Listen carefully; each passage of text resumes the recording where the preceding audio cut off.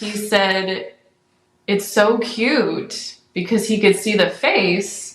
And I was like, in my head, I was like, there's no way he thinks that face is cute right now. He can't see anything. It's too dark, but I appreciate the effort. I hear him, the head's out. Like, it's close. Like, we're almost there. Like, that was what I was thinking. I was like, it's probably not him thinking the baby is cute. Like, he's just saying the baby's, like, I was just in so, like, no nonsense mode. Like, let's just get through this and then we'll look at how cute the baby is. But it was very, it was one of those, like, cup of water during your marathon moments where I was like, there were several times where Alex would say something or do something and it was like that cup of water, like, almost to the finish line. Welcome to the Happy Homebirth Podcast, your source for positive natural childbirth stories and your community of support, education, and encouragement in all things homebirth and motherhood.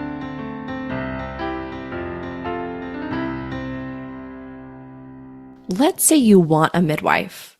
You are desperate to give birth at home and you are ready to throw your money at the woman willing to attend your birth. What happens when you can't find anyone to come? Hey there, happy homebirthers, and welcome to this week's episode of the Happy Homebirth Podcast. I'm your host, Caitlin Fusco, and this week we are speaking with Caroline and Alex, who are the parents of a beautiful family of 4 little ones, now growing number 5. Now, this episode was recorded in November or December of 2023, I believe, but it never got a chance to air because of my sense that it was immediately time to close the podcast. But we're back, and this story is just so good, you have to hear it.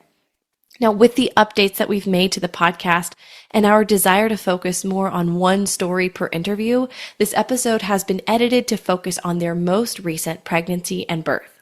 That being the case, right here at the beginning, I'd love to take a moment to give you some background information on their first 3 birth experiences. Now, when Caroline and Alex became pregnant for the first time, they recall there not being nearly as many resources for couples wanting to give birth more naturally. They lived in Charleston, South Carolina at the time, and there were really no birthing center or home birth options available. They opted for a hospital birth with a midwife who encouraged Caroline to take the midwife's brew, a castor oil concoction, on a certain day so that Caroline would be at the hospital on the midwife's day on call. The midwife never showed. Instead, when they arrived at the teaching hospital, they experienced a situation that very clearly seemed to be in the best interest of the student who needed to check off an experience and not the birth itself. Despite zero warning or need, a vacuum was placed on Caroline's baby's head as she was pushing. She hadn't even been pushing long. Suddenly, they heard a loud pop, and the vacuum came off. The student said, "Oops." At the time, she was just grateful that she'd had a vaginal birth. Now, with her next birth, she was unnecessarily encouraged into an epidural because the anesthesiologist threatened that he was leaving and she wouldn't have another opportunity to get one. She didn't want one at the time, but she was scared at the idea of not having one at all, not having the option.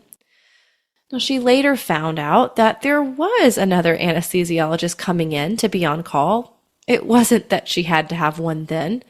That first anesthesiologist just wanted the paycheck from being the one to do the procedure. Now, their third baby was also a hospital birth, but they had hopes of it being completely unmedicated. They hired a doula, Alexis, who has also been on this podcast, and she supported them well in the hospital. This time, the drama came when the doctor came into the bathroom where Caroline was in the tub laboring, most likely already in transition. The doctor began to threaten her that she needed to be induced and hopefully epiduraled. She wanted them out of her hair.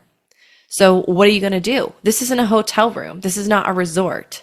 We have people waiting to get into your room. Wow. The doctor had even talked about discharging them when she was clearly in the throes of active labor, to which Caroline said, "Okay, Alex, let's go home." The doctor immediately began backpedaling and panicking at that point. She then broke Caroline's water and fortunately left, we don't know to where, but she did not arrive back in time to catch the baby. A sweet nurse did instead. And all of these scenarios are what had Caroline and Alex really thinking home would be the best place to give birth this fourth time around. So let's jump into the interview to hear how it all unfolded. And just a quick warning, the audio ends very abruptly at the end of their story. I wish I could tell you how or why that happened, but that is just what we have. So in advance, I want to say, Caroline and Alex, thank you so much for coming on the Happy Homebirth podcast. All right, let's jump in. Please remember that the opinions of my guests may not necessarily reflect my own and vice versa. And the show is not medical advice. It's an educational tool, so continue to take empowered responsibility for your health and your family. Caroline and Alex, thank you guys so much for coming on the Happy Homebirth podcast. Hi, it's nice to be here. I'm very, very honored. Excited to be here. Yeah, I would love for you guys, if you would, just take a moment to introduce yourselves and your family to the listeners. Yeah, so we've been married for almost 10 years. And we have 4 children, ages 7 through 1.5. And what else would you say? 16 chickens, 3 dogs. 16 chickens, 3 dogs, 4 kids, married about 10 years. That's a pretty good summary. We homeschool. We both grew up homeschooled. Both second generation. From families of 4. I'm the youngest of 4. He's the oldest of 4. So... That's awesome. We conceived our 4th baby like 3 weeks after my first bout of COVID, which was horrible. It was just horrible. But we had long haul COVID. So at the time I didn't know that, of course, because I had just gotten over it like 2 weeks before. So that was how she was conceived. We were living on the living room floor of our new house because we hadn't renovated yet. And it was purposeful conception. At the time, it was just God telling us that it was time because there was no logic to conceiving that baby when we did. So I felt called to a free birth, but I never felt like I identified with other free birthers because most of them I saw were like, I always say, like dancing naked in the woods during full moons and just, it was a lot of the personality type. I have some of that personality type, but it was a lot of people who are just like, they don't have the hospital trauma that I have. They don't have the background that I have. And I just didn't really, so many of them were just like super confident. Like, this is what I want to do. And I trust my body and I trust this and I trust that and all this stuff. And I just did not feel that way. I was very scared at the idea of having a free birth, but I felt like God was calling me to have one. So it was confusing because I did not feel all these emotions that other women were talking about when they were like, I'm going to have a free birth and it's going to be so cool. But Alex wasn't comfortable with it. And so we were looking for midwives, and we live in the same state.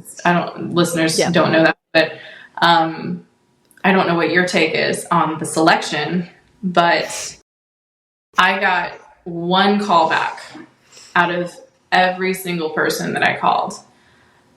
Just one call back, and she was nice. I did not click with her though, and I asked her a question about... Was it the vitamin K shot? I think it was vitamin K.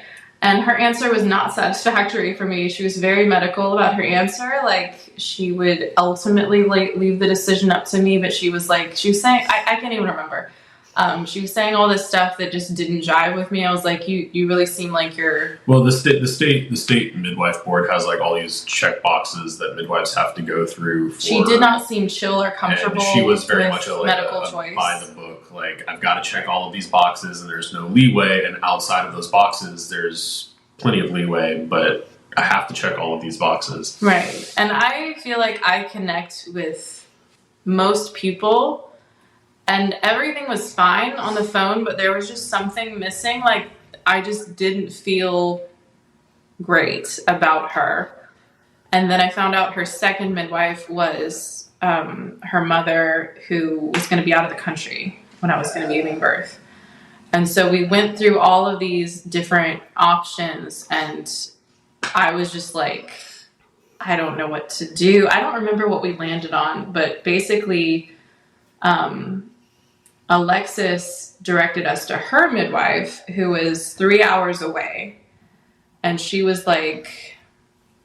Well, Alexis, like, we continued to be friends with Alexis after she was our doula. So she was talking to Caroline and I throughout all this. We were like sharing our frustrations. Yeah, we had moved a state away at this point, so we weren't in the same area at all. Alexis was kind of like reaching out to her contacts and trying to find other midwives that we could reach out to and everything too, that, you know, we couldn't just find on Google or through Facebook groups or whatever. And she was really surprised too at how it just was like, I couldn't find, I was not getting calls back from voicemails. I was leaving multiple voicemails for midwives who weren't even calling me back or emailing me or texting me to say, sorry, I'm full up, or like just nothing, like crickets from everyone. And I was honestly on board with a home birth.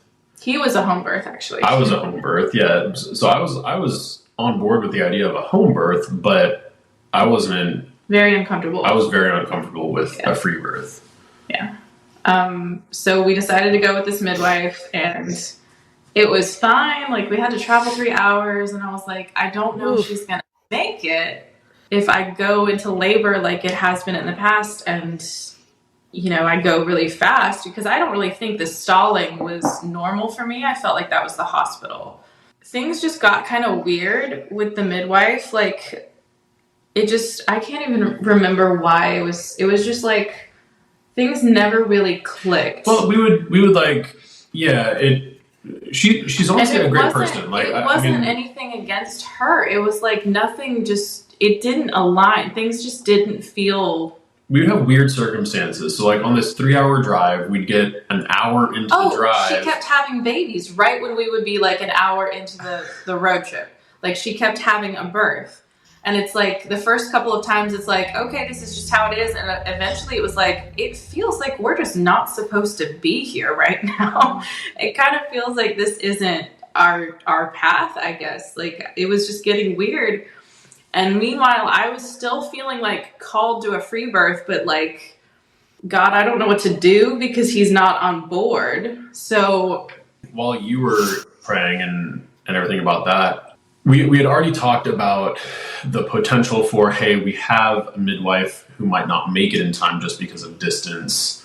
Start doing research on the things that you would need to do in case she doesn't make it in time. So I was already starting to do that. We got some books. I don't remember which ones off the top of my head. None of them were super helpful. I mean, they were all like moderately helpful for just basic stuff. So I was starting to do just kind of that type of prep work, the practical stuff. I'm a very practical person, so, you know, my discomfort with the idea of a free birth was honestly, about the preparedness of it. And you were heads down working. It just wasn't on your radar, and you weren't in a place at that time to decide, this is my responsibility and no one else's. Well, yeah, I mean, my job is very cyclical too, so like I'll go through seasons like 3 to 6 months where I'm very heads down working, 40 to 60 hours a week, and then I'll have seasons where it's like, oh, I'm only working like 20 hours a week right now. So I was in the middle of one of those like super intense seasons during the beginning part of the pregnancy, and then during the last part of it, and I had a horrible workload. Pregnancy. I was deeply sick. Up a lot. Yes. And honestly, like, really what it came down to was just God working on me, and all of a sudden it was just a kind of realization, you know what, like, it'll be okay. And then while having that realization, we had that conversation where I was like, look, if you want to do a free birth, like, let's do it. I don't know all of the practical stuff, but that happened we'll after, figure it out. Because what happened was it happened right before. Did it? It happened right before we talked to the midwife, because she ghosted me for like a month. And I was like, I've heard stories about this happening, but I don't know what's going on or what to do. She finally gets back to me and she says, we're moving. We're moving 30 minutes north, even further away. and she was very apologetic, and she was kind of just like low-key freaking out to me, like, this isn't like me, this is super weird, I honestly, this whole situation has sucked for you and I'm really sorry. And I was just like, this is my first midwife experience, and I just don't, this doesn't sound like the way people talk about it. So but basically on this call though, it was very clear to both of us that it just wasn't, like, we just weren't supposed to have the midwife experience, the quote unquote midwife experience. And so we told her, like, hey, we've actually kind of been feeling like we wanted to pursue free birth.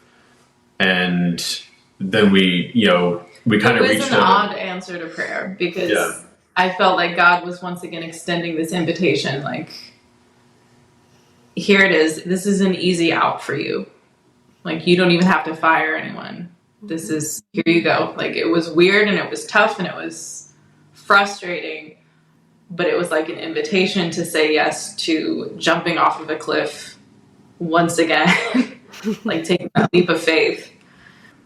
And I told her that, and she was like, I think that it's not my norm, but I think that you guys are really good candidates for this, and it sounds like this is kind of what you've wanted to do. So she offered to give Alex a course, a class, like a crash course in emergency care. Basically spend a couple hours going through, like, hey, here's what birth looks like, here's what some of the... Well, she was packing up her house, so we complications could be that you can deal with. And we spent 2 hours with her. And it was intense. Like, she got dummies on the floor and got on the floor with Alex, and like, he had a notebook he was just furiously writing in, and it was really cool of her to do that. And I was just kind of just staring, like, I don't think I'm just gonna do my job, and I'm just gonna let you guys do this. It gave me a lot of peace of mind. Yes, though. He's already infant CPR certified and adult CPR certified, so he just kind of, Alex is a type 1 diabetic, so he's got a lot of just that medical survival instinct anyway, and so he just dove in, and he just accepted his role as, like, instead of the standard being us offloading this job and this responsibility, we're embracing it and we're taking it back. And this is our baby and our pregnancy, and we got here, and we're gonna say yes to God and get out of it on our own. Yeah, that shift in perspective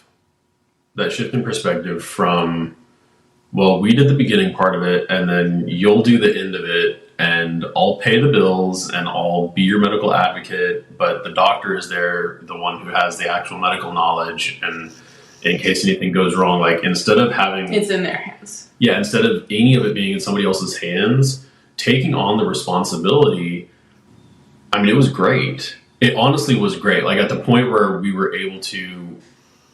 Like, I think you are the free spirit who really is willing to dive in a lot of times when I'm not. And so me getting to a point of being willing to take the responsibility into our own hands, like, it became a really special thing. Like you said, like, we started this, we're going to end it, and it's going to be us the whole way through. And it was really great. We have a hospital 15 minutes away and ambulances, but we weren't even really, we knew that was there if we had to have it. But really, we were viewing our safety net as, it's just in God's hands. Like, we're going to do our part, we're going to be faithful, and death is part of life is part of death, and there is no risk-free living, and there is no risk-free birth, and it is what it is, and we are equipped and prepared. We have done our part faithfully. Well, you say it is what it is, but from my perspective, it was a more clear definition of, I had a list of things. It's like, okay, these are minor complications that can easily be handled at home. These are the homeopathic remedies that we need. These are the practical things that I can do that are definitely things that I can handle at home. These are the set of complications that maybe are, like, a little riskier, that like if we had a midwife there, they could have handled, but we don't have a midwife. So, and there were a couple of things where it's like maybe a midwife would have been a little bit more comfortable with this scenario than perhaps Alex would be. And there were a couple of things that, like, if I were to go back, I would probably tell him to not worry about. Like, I know the placenta was one thing. It wasn't a huge deal, but she was concerned about me getting the placenta out within an hour. And I felt everything was fine, but he was really on that page of like, we got to get your placenta out. So there were little things like that, but... Oh, and then there was the set of things that are more like, hey, here's how to identify if she's just losing way too much blood and you need to call 911. Yeah, we had bought her kit, her birthing kit. So we had the pool and we had all of the Chucks pads and everything. So she was telling him like, hey, this size Chucks pad absorbs this amount of blood. If it leaks through, you're in trouble. This is, this many liters and whatever. Like, she was giving him all of that information. And I was just like, I can't, it's too much. It's too much information. But how cool is that? Just to think about the way that the Lord worked on both of you. And, he like closed some doors and then had these like bright neon pointing arrows, I feel like at some points. And even to the fact of like, Alex, you're a very practical person. You were focusing on the practicality. The fact that you guys mention to your midwife, hey, we're actually thinking we're going to have a free birth. Like, to me, I feel like if I had been closing care and was planning on a free birth, I wouldn't have said a word. I would have just been like, okay, we're done. Goodbye. See ya. But you mentioned it. And then she's like, here, let me help you. Like, Alex, let me come to my house. Let me show you all of these things, so that not only was it like you chose, okay, I'm going to do it and be faithful, but like, I'm going to do it. And also the Lord has given me these things to allow me to confidently walk in faith in this. My mind is blown by that. It was really crazy. And honestly, for our personalities, I think that if there had been more options, we would have tried to take them, because like I said, I wasn't super excited or confident about having a baby by myself at home, especially the first home birth I've ever had. That was a lot. But there were no options. I mean, people were not even calling me back. And I was trying 2 different states because we are close enough to Georgia that I was checking out Georgia too. And our midwife was in North Carolina. Like, it was a lot of square footage. And just no one. And it was very hopeless for a while. It felt very daunting. Like, man, I've always heard all this great stuff about care in the home birth community, and I don't see the community like where y'all at, I just couldn't find anyone. It's like, I am literally here with money waiting. No one will come to me to take my money to take care of my pregnancy. It was really just, it was God closing doors so that we knew which one to walk through. Mm-hmm. And no one was supportive. Well, I mean, either.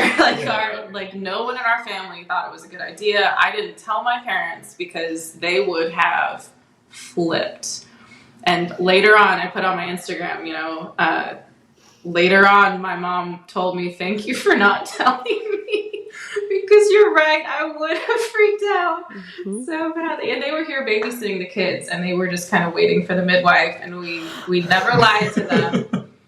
I never once lied to my parents, but we just kept saying things like, we've got it handled, we're prepared. And at one point... your dad asked me, like, have you all called the midwife yet? And I was like, yeah, I texted her.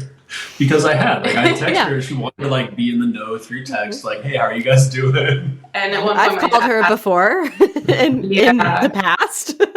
Well, so I had contractions I really did labor for 3 days, starting Thursday, and Thursday is our milk day, so we go get raw milk, and it's by my parents' house, so we go and we hang out with them on Thursdays. And on that day, I didn't even get out of the car. I was just like, bye guys, I'm just gonna go home. And I was already in labor, and she was born Saturday morning, and I really think my body was just the day before we were having major house renovations, So we had someone over at our house, just a one-woman crew, working on our house the whole entire time. It was really bad for me just being pregnant and never having like my space done. She finished our bathroom. She finished tiling our bathroom and putting in the bathtub on Friday. And I went into labor like that night, like deep labor that night. It was like I was just waiting for her to leave and just have a bathtub to lay her. I just wanted to take a bath. And so I went into labor on Thursday, had the baby Saturday at like, she was born at like 12 maybe. Something like that. Yeah, I think I thought it was before 12. But. It might have been like 10:30 or something. But anyway, I texted my parents and I said, I think I need y'all to come because they were going to watch the kids. And they were like, do you want us to pick up donuts? And I was like, I think you need to come now. Said, I think it's was like imminent. 6 o'clock in the morning. Yeah. And it was weird because I had been so fearful the whole pregnancy. I had worked through so many different emotions and I was finally not afraid because once it kicks in, it's just like, I don't know if it's the adrenaline or if it's just, I don't know if it's definable, but once labor really amps up, the fear just kind of goes away and it's just like, well, this is what we're doing. So I was just in the zone and I really didn't know if I was going to know when to call them. And all of a sudden I was done texting them and I was like, oh, I just told them to come. I guess this is for real. Like I didn't even realize until I was done texting them. It's like my hand picked up the phone and was like, it's time. And I was like, it is. Well, you didn't even tell me because I kept waiting for like. I didn't tell him yet. I kept waiting for I was dozing all throughout the night while she was laboring in the bathtub and I was just waiting for the, hey, it's go time. Like, let's do this. And finally, she comes in and she's like, hey, I texted my parents. I was like, oh, I thought we'd talk about it first, but no. Let's go. I knew that I'll start filling up the pool. We have some really rowdy kids, and they were at the time 5, 3, and 2, maybe. Yeah. And I just couldn't relax until they were being watched. I really thought I was going to have the baby in the middle of the night because of that, but I don't know why. I think I just woke up in the morning and it amped up and so my parents came and took the kids and then it was, and I was prepared to just do it all by myself because I didn't even know for a long time. I didn't really want to involve my parents because of how freaked out that they were going to be. And I didn't want to deal with them not knowing the midwife was coming, but them being the ones here to watch my kids. So I asked another family member who will not be named, but she was just like, I'm not going to get involved. Like, I don't think this is a wise decision. I think that you are basically putting words in God's mouth. Like, why would God call you to something dangerous? Like, very shocking. Like, no one was on board. No one. Yeah, I mean, no one that we told. Who had me as a home birth, tried to have my sister as a home birth, and the midwife didn't show up. And she was drunk. To, have an emergency trip to the hospital. Even my mom, was very... Everyone was just like, why would you do this? Why? Support. Don't do this. This is a dumb decision. There were even a couple of people who were like, this is just Caroline's crunchy ego coming out, like thinking that she can just do this crazy thing. And I was not comfortable with the decision. I was just trying to do what I needed to do. But so really, yeah, I mean, it's worth mentioning. No one thought it was a good idea. No one. Up front, no one thought it was a good idea. Afterwards. Yep. Isn't that how it always works? People were a lot more, wow, can't believe you guys did that. That's so cool. Yeah. Good for you. There's a couple at our church who I'm working on the dad because I think the mom was like, yeah, our next one, let's have a free birth. And he's a little more hesitant. But they were asking me questions I mean, like of course, a week easy. later, I show up It's without easy to Carolina say at when a it's church all function. over. Yeah. But it was, it was just weird having people here watching the kids, knowing that they didn't know what we were doing. It was really just a secret. Like, the only people who knew were people who were like, thank you for trusting me with this information. You're a big old dummy. Don't do this. And I just stopped telling people because I'd only told like a couple of people to ask for prayer.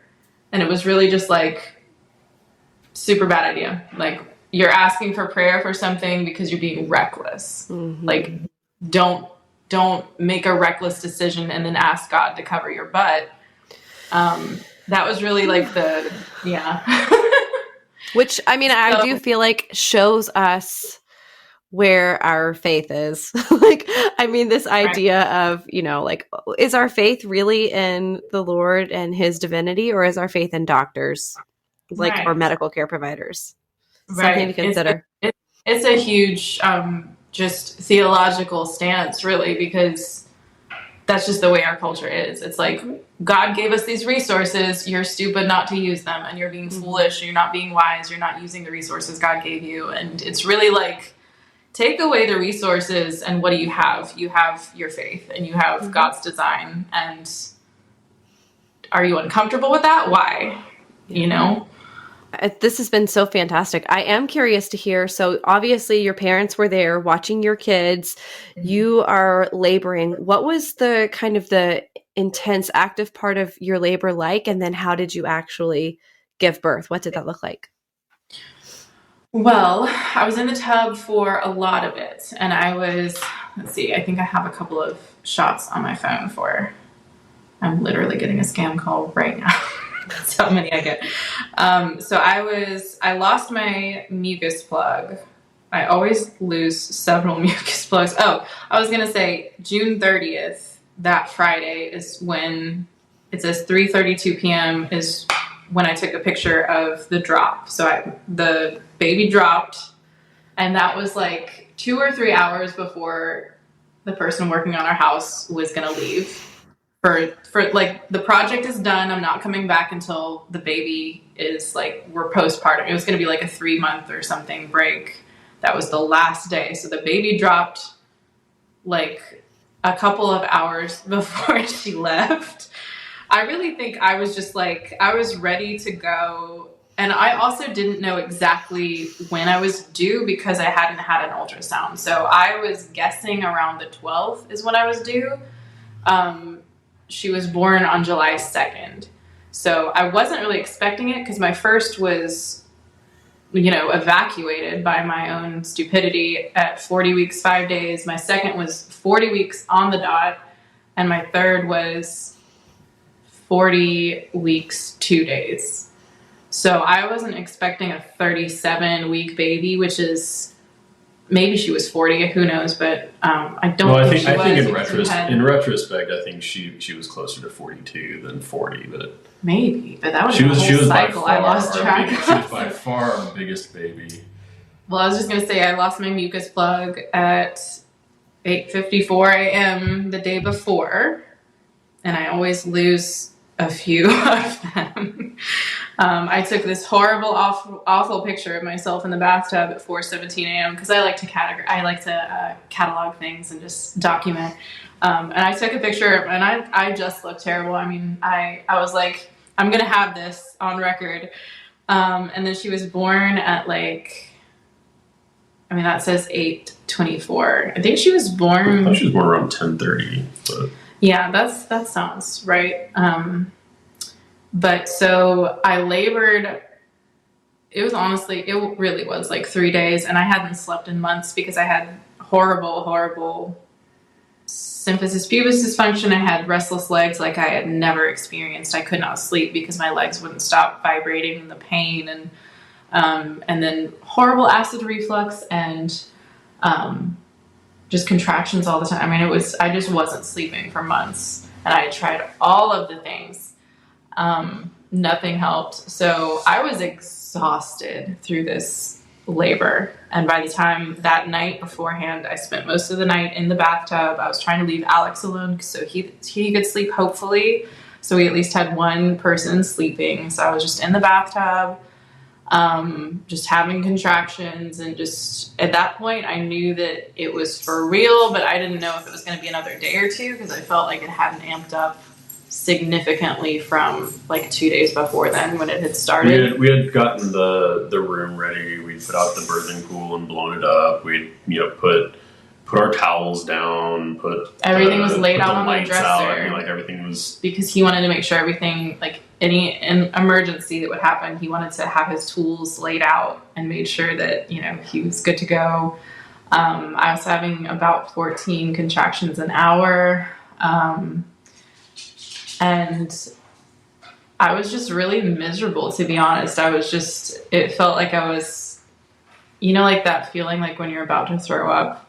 Like it wasn't even nausea. It was like I was just anticipating, and I was like getting geared up for the big one. And my labors are just super painful. And at that point, I had listened to so many of your podcasts, and I had heard so many people say that they had pain-free births and all these things. And I was really hoping for one of those. And I had done a lot of research. And at the end of the day, I just have really painful labors and deliveries. And so I bring that up because, it's always good to hear different sides, because I really do think some people just cannot achieve a pain-free labor.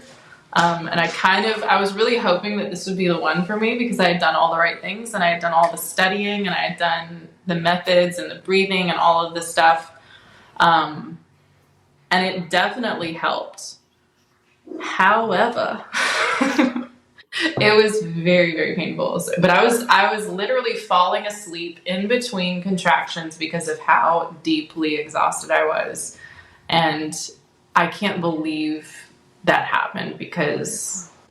Well, so one of the cool things that we were able to do this time was we were able to set up a video camera and have video of the whole... Which I always wanted to do, but they never allowed it in the hospital. In the birthing pool and all that. So, since we ended up not paying for a midwife, not paying for a hospital birth, and all of that, a free birth is, pretty cheap. So we were like, hey, we've got some extra money that we would be spending on a midwife or hospital birth. Let's go ahead and get the big birthing pool. Let's go ahead and make sure that we've got, plenty of towels and everything else. Let's get the lights and put them in the birthing pool and everything. So it was just, we tried to do everything that we could to kind of set you up for as much comfort as possible. Yeah, I did put up some. But we have video, where like we're both in the birthing pool and she's literally just like falling asleep, leaning on me in between contractions. It was not attractive. Like I was very not glamorous. I was really swollen. I was very overweight. I imagined myself like in my cute Irie bra that is like, so that I could like have footage that maybe I could share and stuff. And I just can't have clothes on when I'm in labor. I can't do it. I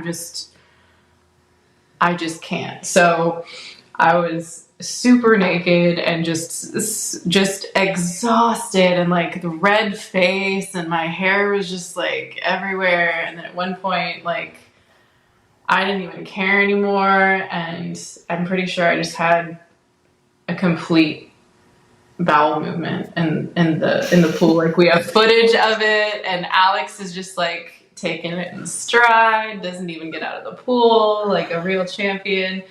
And I mean my labor really was like, it was not cute. Like it was very guttural, it was very deep throated, and just like I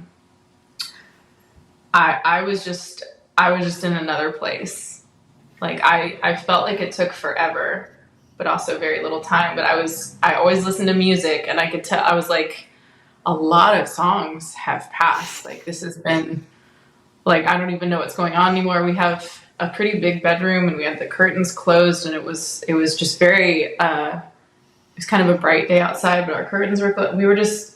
It felt very weird, and like I couldn't keep track of the passage of time.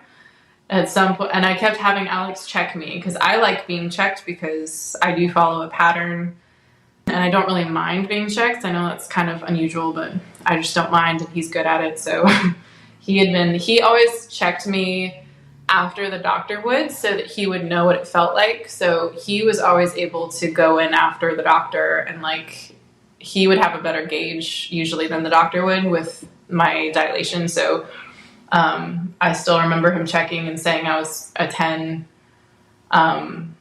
not too long after I'd been like a 6.5, 7, which is, like I said, like 6.5, 7 is when I amped up really hard. Labor, and then you went very fast at the end, just like the other ones, but with a lot longer early labor stages. It was deeply painful. It was very, very painful. And one of my favorite things that we did was, well, with the third one, my favorite trick was I had a bowl of ice from the hospital, and I would just rub ice all over myself to distract. And this time he got a really nice, what is it, Ryobi brand not a really nice fan, just like a little battery-powered, power tool fan. So I had the hot water in the tub, and then I had this fan, this like hefty fan on my face the whole time, and I would just like fall asleep on the side of the tub, and I was so exhausted. And then I ended up, I kept thinking I would give birth like on my back, because in the water a lot of times people do that, and with my third, I pictured myself giving birth on all fours, and I did. It was just what felt natural to me. And then it was so intense, and I felt like I couldn't breathe at one point because the pushing was so difficult, and I was exhausted. I was so tired that pushing was just, I never had pushing be difficult, to be honest. Pushing has always been pretty easy for me to do. I can isolate muscles and I can just do it, but it felt like I just couldn't get her down and out, and I was in so much pain that I was I was kind of trying to just get it over with, because I was just like, I just can't do it anymore. I'm so tired. I need this to be over.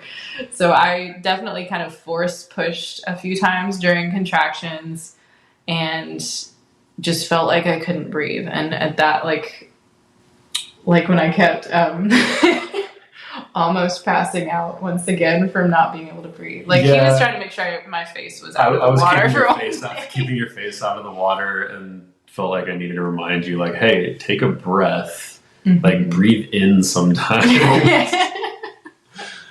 And I felt like I couldn't, because at that point my contractions are always so intense and back to back that it's like there's no time for me to inhale, because the pushing, like the bearing down, happens on its own.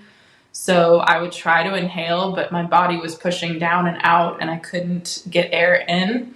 So I was doing the breathing exercises, but when push literally comes to shove, it's like it was very difficult to do that. And I did not have fetal ejection reflex this time, and I was hoping I would, because it was a lot easier to do natural when that happened.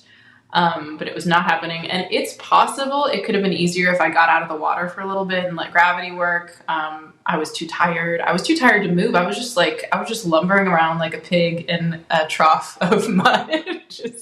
Well, so I mean, in all seriousness, so like we got the biggest Oasis pool. Is that the brand? I don't remember. Anyway, the biggest birthing pool that they sold, and I gave you enough room to stand up and walk around it a little bit, and do lunges and squats, and get on your hands and knees and lean on the side, and whatever else. Like there's plenty of room for you to work with inside the pool without having to get out. And we've watched the video a couple times, and you can definitely tell the point that the sounds start changing. And I remember thinking to myself, like, this sounds imminent to me. Like, this sounds very animalistic and deep, and just, this isn't really a noise I would ever make on my own. And I kept touching down, trying to feel, and I've always wanted to catch my own baby. Once again, it just doesn't happen. I just can't do it. So at the point that I think Alex felt hair or the head. Was it you or was it me? No, it was you. Was it? Mm-hmm. I mean, you were saying like, it's coming, like that's a head. Yeah. And I guess the ring of fire, I never felt the ring of fire with my third. And I guess I was feeling it, but it was just everywhere. It was just pain everywhere. And there's a part in the video, I remember this so clearly. I was like, what is Alex thinking? Like, get off of me. I'm literally at a point in the video, I'm like, don't touch me. And he was nowhere near me. Like, no one was touching me. Oh my word. I was like outside the pool at that point. And it was like, it was part of a push. I was like, don't touch me. Just like with the third baby. And he just, I don't even know if he replied, but I think he just kind of took one for the team and just, but he wasn't touching me. It felt like he had his whole hand in there or something. I was like, what is he doing? Why is this happening to me? He knows better. Anyway, no one was touching me. It was just extremely painful getting the baby out. And then, so I really just, I did end up going on all fours again, right? I can't catch the baby on all fours. It's just not going to happen. So, and at that point, I never care. I'm just like, I just want to be done. I'm so tired. And so I got on all fours and her head came out and I felt like it took forever to get her body out. How long did it take? Like 30 seconds. Yeah, it was a really long time. It felt a lot longer for you, but it was like 3 pushes. Yeah. I mean, I really don't push for that long. It's really never been too bad. It's just so intense. And with my third, I really felt like I had an out-of-body experience because I remember the yells and even Alexis even made a post about it once and used me as a picture where she's like, some women are not quiet during labor. For example, look at this woman.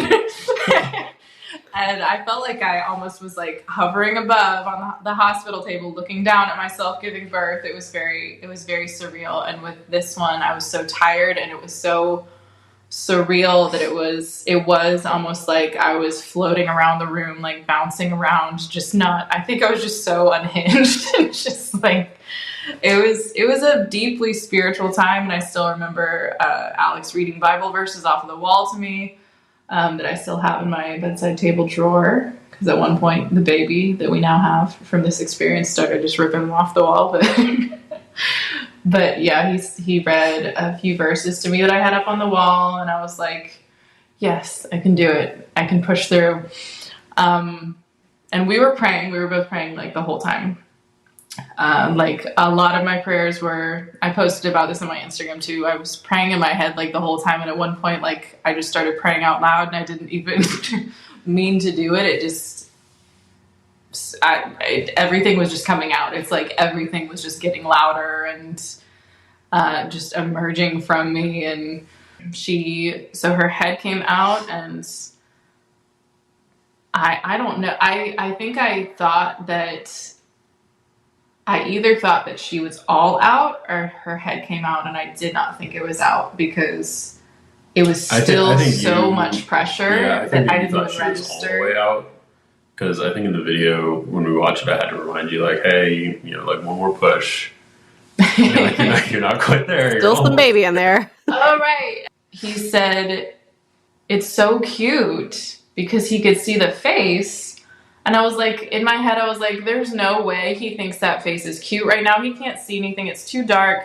But I appreciate the effort. I hear him. The head's out. Like, it's close. Like, we're almost there. Like, that was what I was thinking. I was like, it's probably not him thinking the baby is cute. Like, he's just saying the baby's, like, I was just in so, like, no nonsense mode. Like, let's just get through this, and then we'll look at how cute the baby is. But it was very... it was one of those like cup of water during your marathon moments where I was like, there were several times where Alex would say something or do something and it was like that cup of water, like almost to the finish line. I need refreshment. And that was one of those moments where he said like the baby was so cute. And that was so surreal because it's like, normally you don't hear that until it's out. And I was like, we're so close. So close. And then she popped out and he caught her in the water and pulled her out. And the noises that I was making were so funny at this point in the video because I was just like, dolphin noises. I make those as well. Yes. It doesn't even sound like me. I'm just like, I don't remember making those noises at all. But Alex was just like, What were you saying in the video? You're like, I don't remember. I know that I've said since that watching other home birth videos, a lot of dads make the same sounds or make the same statements about the baby. It's kind of funny. it's true. It's true. And we have not watched that video once without crying. We always end up very like full of emotion and crying. And we even other birthing videos, we'll just harken back to our birth video and we'll just start crying. But I mean, it was like, whoa. It wasn't just like, there's the baby. It's like, we did it. Like, we started it. We finished it. Here we are. Like, the baby's here. This is it. And no one else is here. And it was pretty cool. Like, there was not even a remark. Like, no spiritual presence except Alex, me, and God. Like, no, the room was empty except for that. No machines beeping, no nurses hovering, waiting to cut the cord. Like, you know, I had to push nurses away every single time. Be like, no, we're delaying cord clamping. Like, every time. 30 seconds is not a delay. It was peaceful. It was serene. Like, after all that, like, we had this serene, you know, moment. You know, like, you were holding her within, 10 seconds of her being born. The only things brought to the table were things that we were bringing to the table. We were the only souls in the room. Yeah. And it was really... Okay, I told you it was an abrupt ending. Very sorry about that. Thank you, Caroline and Alex. But wasn't that such an incredible story? As we get to the end of this episode, it is now time for our new little piece called the Educational Tidbit. And today I want to talk about dilation. So Caroline and Alex brought up dilation, and Alex checking her during their 4th birth.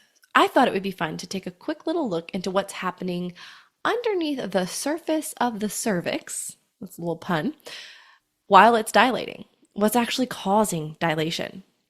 So first we need to understand that the uterus has several types of muscle fibers, and some are formed horizontally, so think of like a cylinder, and some are formed vertically.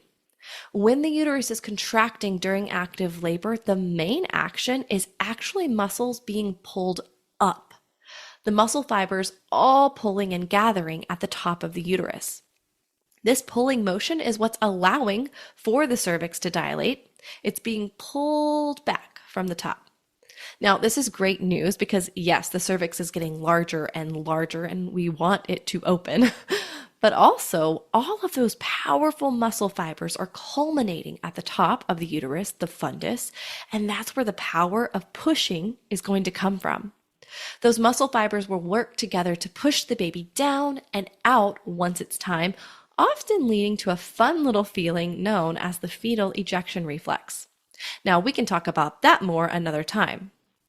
I've noticed that for many moms, understanding what's going on in labor before it happens helps them relax and surrender to the process when it's actually happening to them. That's why I spend so much time teaching the physiology and anatomy of birth inside of Happy Homebirth Academy. There's a link in the show notes if you're ready to learn more. All right, let's jump into this week's episode Roundup. Here are a few things that really stuck out to me. First, I want to take a moment to emphasize just how difficult it must have felt for Caroline and Alex to so desperately want a midwife and a home birth, and yet to not be able to find anyone to provide care. The reality is that there are large pockets of area throughout the country, and gosh, certainly globally, where there is a lack of maternal care. You don't have 1,000 options. You've barely got any options. I love the way that this couple chose to face this situation with a sense of openness and trust.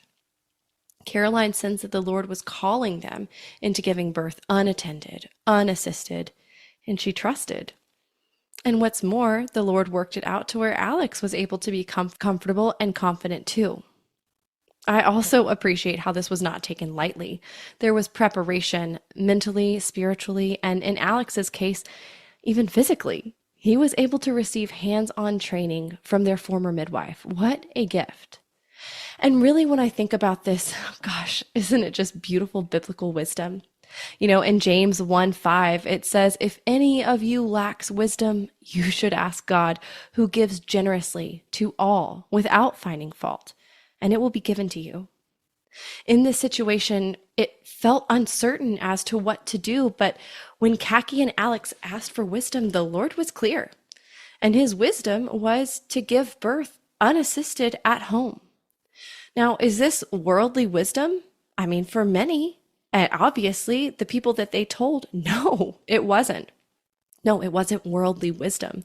This was wisdom given directly to them from the Lord for their situation, for this specific scenario.